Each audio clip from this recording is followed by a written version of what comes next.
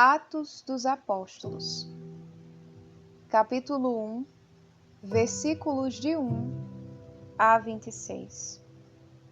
No meu primeiro livro, prezado Teófilo, escrevi a respeito de tudo que Jesus começou a fazer e ensinar, até o dia em que foi levado para o céu.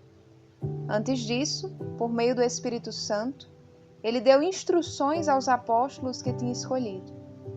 Depois de sua paixão, com muitas provas convincentes, Jesus apresentou-se vivo a eles. Durante 40 dias foi visto por eles e falou-lhes a respeito do reino de Deus. E estando com eles numa refeição, deu-lhes esta instrução: Não se afastem de Jerusalém, mas se esperem aquele que foi prometido pelo Pai, e que vocês ouviram de mim. João batizou com água, mas se vocês, dentro de não muitos dias, serão batizados com o Espírito Santo. Os que estavam reunidos perguntaram então a Jesus: Senhor, é agora que vais restabelecer a realeza para Israel? Jesus respondeu: Não cabe a vocês conhecer os tempos e circunstâncias que o Pai definiu, com sua própria autoridade. Mas se vão receber a força do Espírito Santo que descerá sobre vocês. E serão minhas testemunhas em Jerusalém, em toda a Judéia e Samaria, até os extremos da terra. Depois de dizer essas coisas, Jesus foi levado ao céu, diante dos olhos deles. Uma nuvem o encobriu e não puderam mais vê-lo. Enquanto Jesus ia embora, os apóstolos tinham os olhos fixos no céu. Eis então que 2 homens vestidos de branco se apresentaram a eles e disseram: Homens da Galileia, por que estão aí parados, olhando para o céu? Esse Jesus que lhes foi arrebatado para o céu, virá da mesma forma como vocês o viram partir para o céu.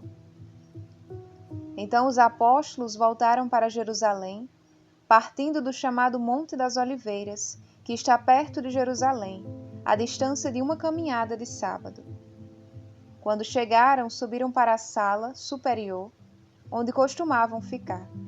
Eram Pedro e João, Tiago e André, Filipe e Tomé, Bartolomeu e Mateus, Tiago, filho de Alfeu, e Simão, o Zelota, e Judas, filho de Tiago. Todos tinham os mesmos sentimentos e perseveravam em oração com algumas mulheres, entre as quais Maria, mãe de Jesus, e com os irmãos dele. Nesses dias, Pedro levantou-se no meio dos irmãos, em número de 120 pessoas reunidas, e disse: Irmãos, era preciso que se cumprisse a Escritura, que o Espírito Santo tinha anunciado por meio de Davi, a respeito de Judas, que se tornou guia daqueles que prenderam Jesus. Ora, Judas era um dos nossos e participava deste ministério. Com o dinheiro que recebeu pela sua iniquidade, ele comprou um terreno. Caiu de ponta cabeça, arrebentou-se ao meio e todas as suas entranhas se esparramaram. Todos os habitantes de Jerusalém souberam disso, de modo que esse terreno foi chamado de Alcedama, que na língua deles quer dizer campo de sangue, como está escrito no livro dos Salmos, que sua morada fique deserta e ninguém habite nela, e ainda, que outro ocupe a função dele.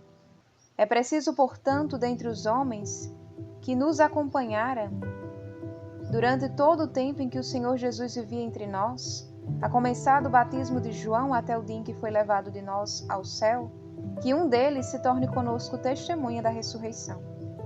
E indicaram 2, José, chamado Barsabás, cujo sobrenome era Justo, e Matias. Então rezaram, dizendo: Senhor, tu que conheces os corações de todos, mostra-nos claramente qual destes 2 escolheste, para ocupar neste ministério e apostolado o posto do qual Judas abriu mão para ir ao lugar que era seu.